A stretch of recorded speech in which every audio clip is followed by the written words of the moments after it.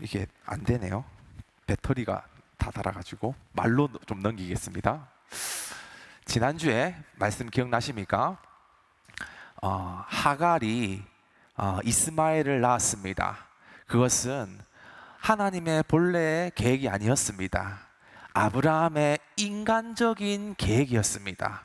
하나님 분명 아들 주신다고 하셨는데 한 해가 지나고 두 해가 지나고 안 주셔. 그러니까 어떻게 했습니까? 에라 모르겠다. 이렇게 응답 안 하시면 나도 방법이 있어, 계획이 있어 하는 그 계획이 뭐였습니까?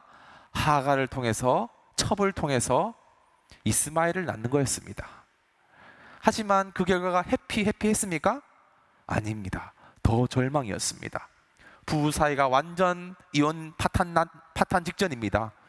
또 그 아내 사례도 최고의 여종이었던 하갈을 잃게 되었습니다.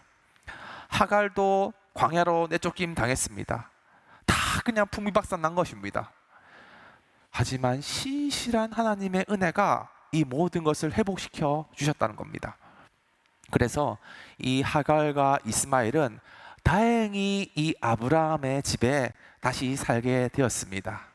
여러분, 이스마엘 뜻이 저번 시간에 뭐라고 했는지 기억나십니까? 이스마 띄우고 엘입니다. 이스마엘 아니고요, 이스마엘 아니고요, 이스마엘입니다. 이스마가 듣다, 엘 하나님, 하나님이 들으신다는 거였어요. 아브라함은 한 번도 구하지 않았습니다. 안 돼? 플랜 A, 플랜 B, 플랜 C 다 자기 계획입니다. 그런데 하나님은 다 들으시는 거였어요. 무엇이든지 구하기만 하면은 하나님께서 풍성히 주신다고 약속하셨습니다. 한 번도 안 구한 겁니다. 그래서 이 아브라함은요, 페널티가 있습니다. 항상 자기의 아들 이스마엘을 부를 때마다 어떤 데미지를 받아야 됩니까? 하나님이 들으신다. 이스마엘아, 하나님이 들으신다. 이스마엘아, 하나님. 부를 때마다 어떤 느낌이 납니까?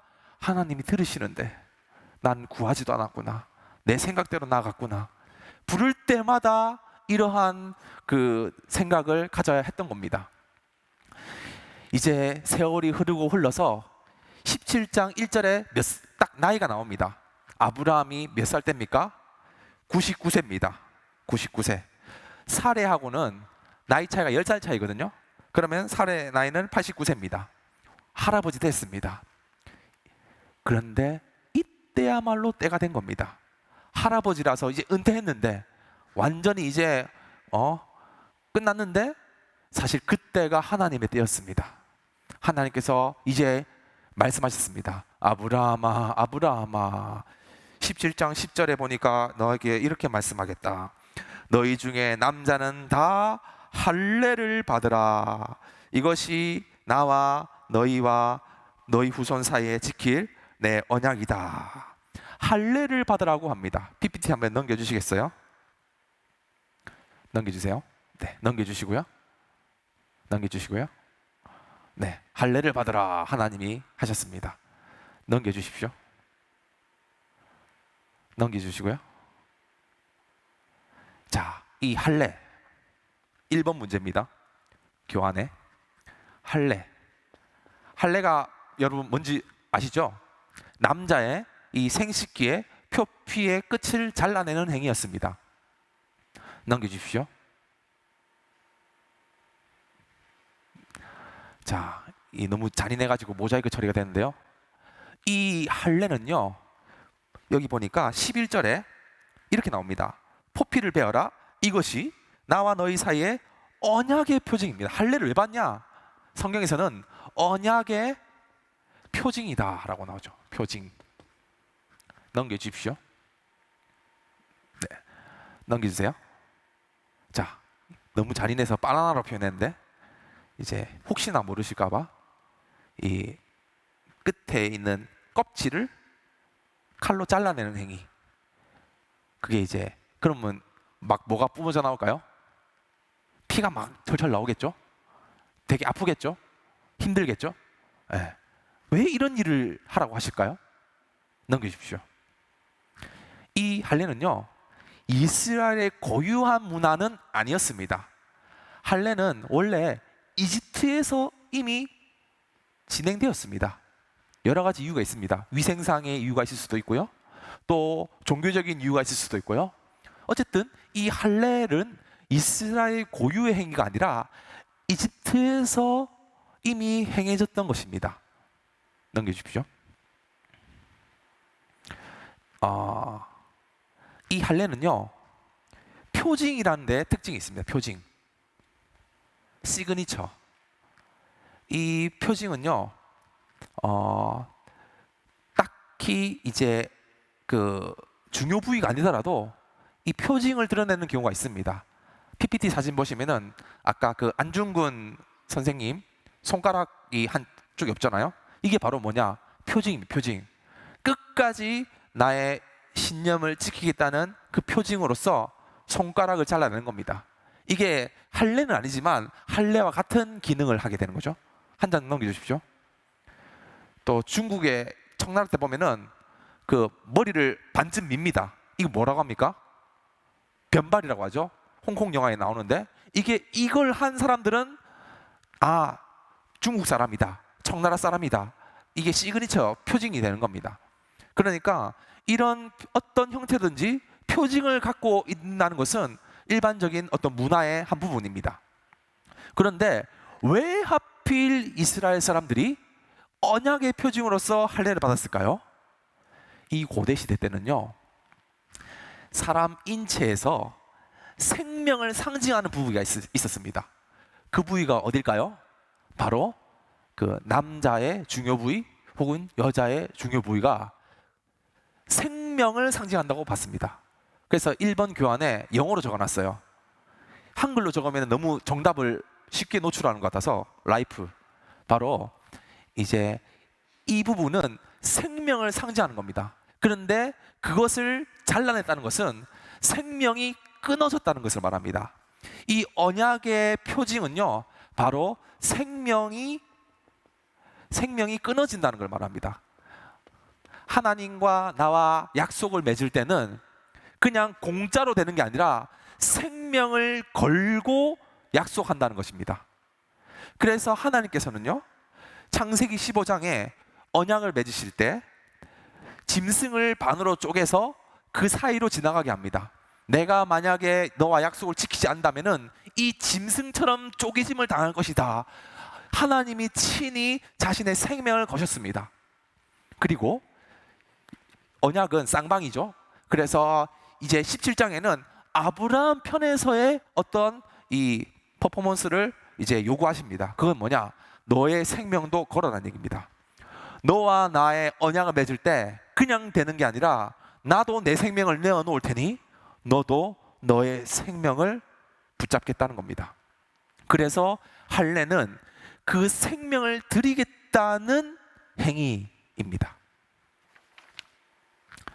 자, 그래서 이 할례를 다 받게 되었습니다. 그러면서 이제 축복의 말씀을 이제 이끌어 주시는데, 그래서 어떻게 되냐면은 17장 6절에 보면은 내가 너로 심히 번성하게 하리니 내가 내 민족들이 다 나게 하고 왕들이 다 내게로부터 나오리라. 그 결과, 그 열매로 너로 열방의 아버지가 되게 하겠다. 아브라함이 아니라 아브라함이 되겠다. 그리고 내 씨로부터 많은 민족이 나오게 하겠다. 그 생명 건 대가로 그 열매들을 약속하셨습니다. 자, 다행히 한테 하나님이 너를 통해서 큰 민족을 이루게 해주겠다 하면은 99살에 한 명도 자식이 없는데 어떻게 반응할까요?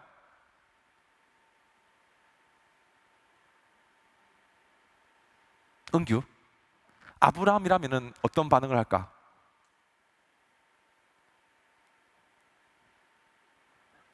네, 시간 좋아. 시간 좋아. 자, 빨리 할게요. PPT 한번 넘겨주세요. 아브라함이 이제 15장은 일방적인 하나님 약속이었고요. 17장은 쌍방, 아브라함 편에서도 요구를 했다. 그게 할례다. 이렇게 이 얘기입니다. PPT. 안 넘기시네. 넘겨주세요.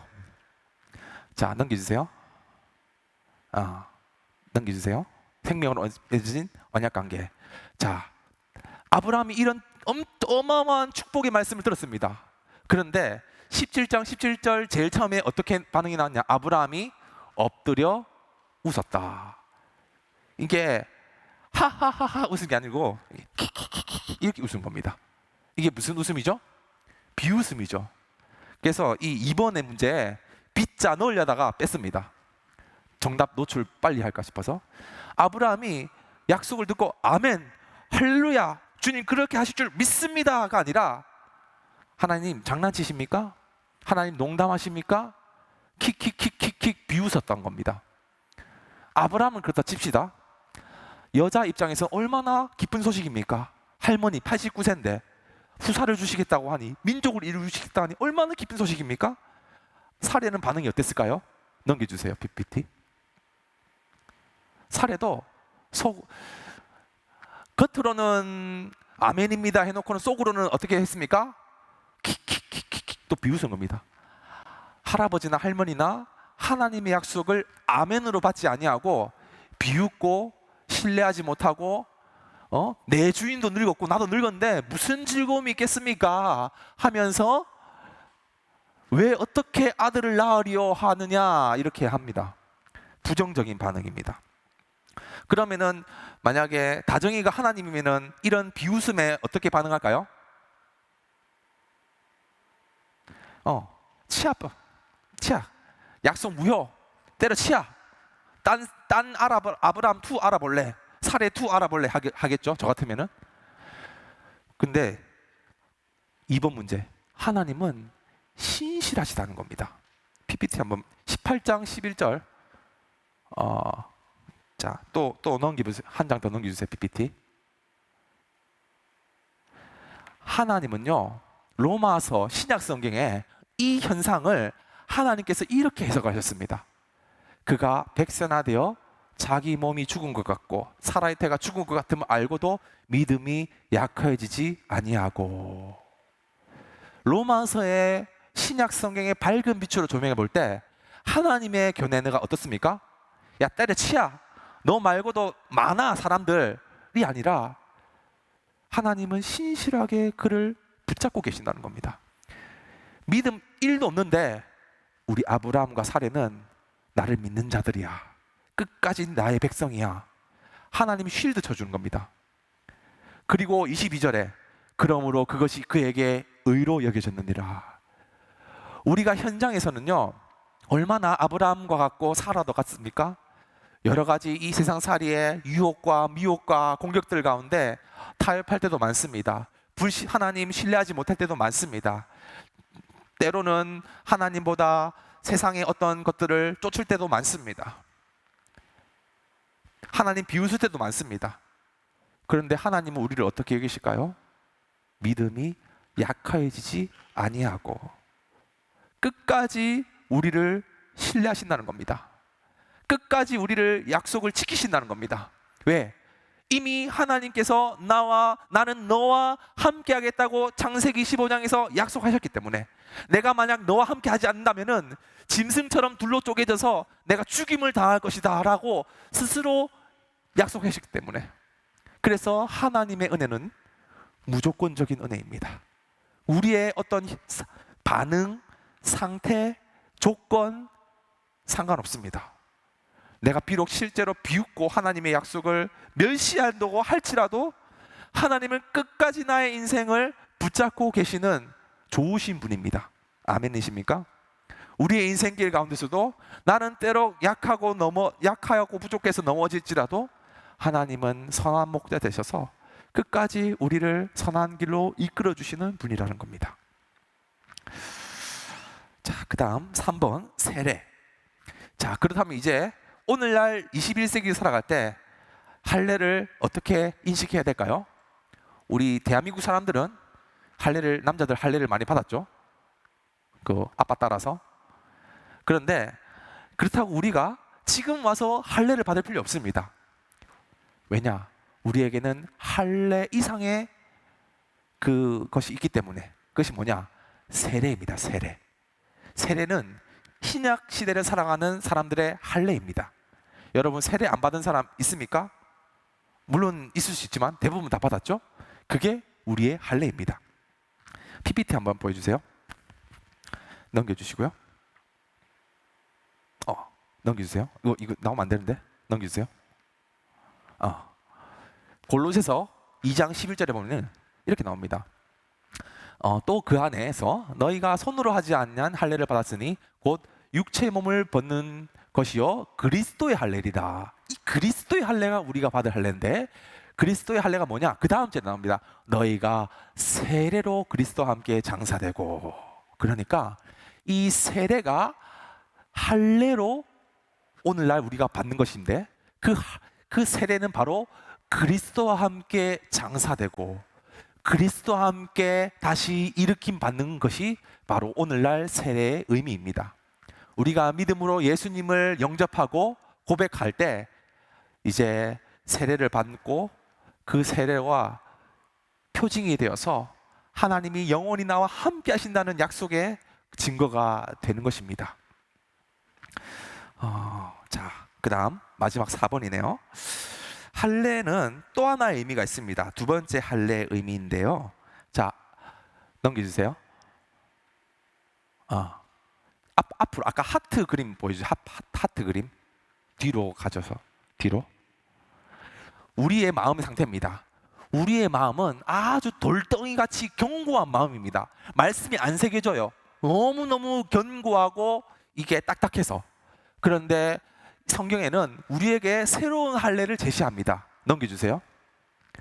바로 마음의 할례입니다. 로마서 2장 29절에 오직 이면적 유대인이 유대인이며 할례는 어디에 받으라고 나옵니까? 마음에 받으라고. 마음에. 몸에 뭐 받는다 의미 없습니다. 지금은 마음의 할례를 주님이 찾고 계신다는 겁니다. 이 마음의 할례는 무엇을 말할까요? 넘겨주세요. 아까 다시 그 화면 뒤로 앞으로. 네. 자, 할례의 두 번째 의미입니다. 할례는 그 남자의 보이지 않는 부분에 상처를 냈습니다. 그런데 그것은 언약 백성의 표징이었습니다. 만약에 내가 아브라함이라면요, 할례를 여기 내주지 말고 저 이마에 내주세요. 이마. 아니면은 팔에 내주세요. 왜? 자랑하게. 나 하나님 백성이야. 내가 이런 신분이야. 저 같으면 그랬을 겁니다. 근데 하나님께서 보이지 않는 곳에 할례를 베풀게 하셔서 표징 삼으신 것은 감추기 위함입니다. 자랑하지 말라는 겁니다. 네가 하나님의 백성이고 네가 그리스도의 신부가 되고 하나님 나라를 상속받을 자가 될지언정 자랑하지 말라는 겁니다. 왜냐? 거기에 내버리면 늘 감춰야 됩니다. 나의 신분, 나의 정체성을. 넘겨주십시오. 자, 갈라디아서 6장 14절을 말합니다. 할례를 받은 그들이라도 스스로 율법을 지키지 아니하고 너희에게 할례를 받으려 하는 것은 너희로 육체로 자랑하려 합니다. 이 초대교회는요, 나 할례 받을래. 왜? 자랑하려고. 나 하나님의 백성이야. 그런데 갈라디아서 6장 14절, 그러나 내게는 우리 주 예수 그리스도의 십자가 외에는 결코 자랑할 것이 없으니 그리스도로 말미암아 세상이 나에 대하여 십자가에 못 박히고 내가 또한 세상에 대하여 그러하니라. 우리가 자랑할 것은 오직 하나밖에 없습니다. 그것은 바로 예수님의 십자가입니다. 이 언약은 하나님의 전적인 은혜입니다. 내 공로, 내 계획, 내 결과물 자랑할 것이 아니라 오직 하나님의 은혜로 이렇게 되었으니 십자가만을 자랑합니다. 이것이 바로 우리의 유일한 고백이라는 것입니다. 갈라디아서 2장 20절에 이렇게 말씀하시죠. 넘겨주십시오. 내가 그리스도와 함께 십자가에 못 박혔나니 그런즉 이제는 내가 사는 것이 아니요 오직 내 안에 그리스도께서 사시는 것이라. 이 말씀은요, 할례를 이야기하는 겁니다. 마음의 할례. 내가 그리스도와 함께 십자가에 못 박혔다. 그럼 나 죽잖아요. 십자가에 못 박히면. 할례가 뭐라고요? 생명이 끊어진다는 거. 하나님의 백성이 된다면은 내 생명 내 것이 아닙니다. 주님의 것입니다. 내가 그리스도와 함께 십자가에 못 박혔습니다. 고백하며 나아가는 것입니다. 마지막 PPT 보여주십시오. 갈라디아, 그렇다면은 그렇게 마음의 할례를 받은 자들은 어떠한 삶을 살까요? 성령의 열매 맺는 사람을 사는 겁니다. 사랑과 희락과 화평과 오래 참음 자비와 양성과 충성과 온유와 절제니 이 같은 것을 금지할 법이 없느니라. 그 다음 절, 그리스도 예수의 사람들은 육체와 함께 정욕과 탐심을 십자가에 못 박았느니라. 십자가에 나를 못 박는다는 것은 결국 뭐냐? 오직 성령의 열매 맺는 삶을 사는 것입니다. 나의 정욕과 탐심을 못 박는 것입니다. 선한 삶의 성품으로 나가는 것, 그것이 우리에게 요구되는 것입니다. 내가 예수님의 사람이라고 해서 어떤 대단한, 어떤 신비한, 훌륭한, 성공적인 그러한 삶의 모습이 아니라 오히려 감추는 거예요. 감추는, 그런 건 다 감추고 사랑하고 오래 참고 온유하고 충성하고 절제하는, 감추어서 나의 내면의 성품으로 나아가는, 성령의 이끄심 가운데 나아가는 삶, 그것이 바로 우리에게 요구되는 하나님의 뜻입니다.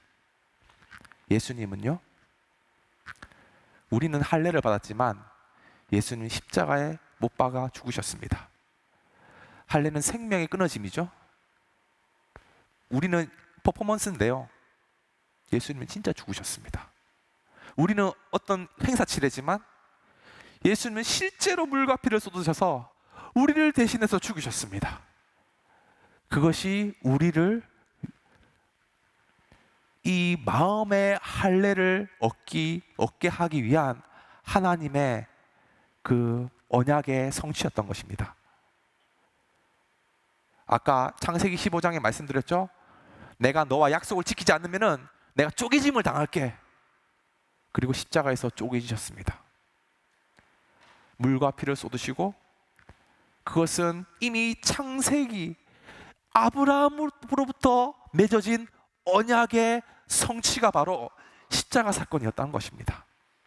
자신의 생명을 들이시면서까지, 그것은 사실 우리가 쪼개져야 하지만 스스로가 우리를 대신해서 쪼개지시고 죽으신 것입니다. 그러니 우리가 이 땅에서 살아갈 때 고백해야 할 것은 무엇일까요? 내가 난데하는 자랑이 아니라 십자가만을 자랑하고 십자가만을 노래할 수밖에 없는 것입니다. 그러한 고백으로 십자가를 드러내는 우리의 삶, 그리스도 예수의 흔적, 십자가의 흔적으로 나가는 인생 되시기를 바랍니다.